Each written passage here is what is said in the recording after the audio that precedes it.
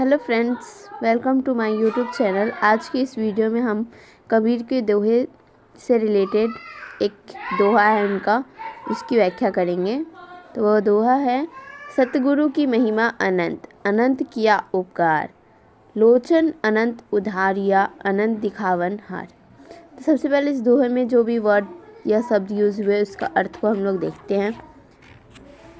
तो इस वर्ड में जो अनंत है, फर्स्ट में जो अनंत आया है, उस अनंत का अर्थ है असीमित या जिसका अंत ना हो, ऐसा।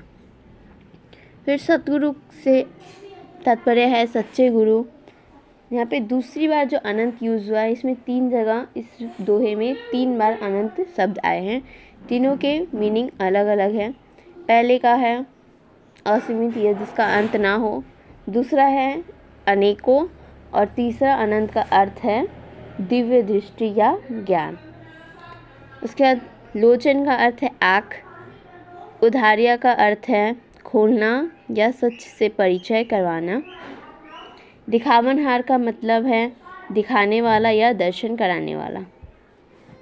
तो चलिए इसकी व्याख्या करते हैं। व्याख्या करने से पहले सबसे पहले हमें संदर्भ और प्रसंग लिखना पड़ता है। तो संदर्भ में ऐसा होगा, प्रस्तुत दोहा कबीरदास जी की है। प्रस्तुत दोहा बीजक के साखी के गुरुदेव को अंग से लिया गया है। संदर्भ के बाद हमारा प्रसंग आता है। तो प्रसंग में हम लिखेंगे, प्रस्तुत दोहा में कबीरदास ने गुरु की महिमा का बखान किया है। संदर्भ और प्रसंग लिखने के बाद हम व्याख्या में आते हैं।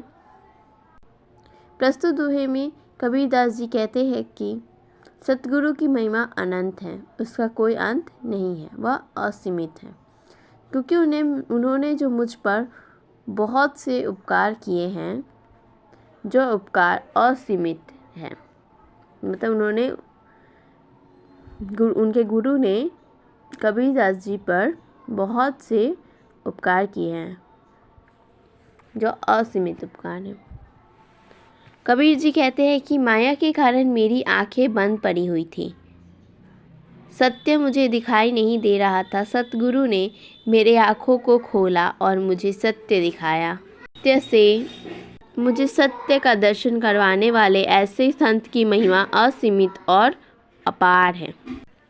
कहने का तात्पर्य यह है कि सतगुरु ने हमारी अज्ञानता भरी आँखों को खोलकर ज्ञान अर्थात सत्यता से मेल करवाया है या मेल करवाना चाहा है।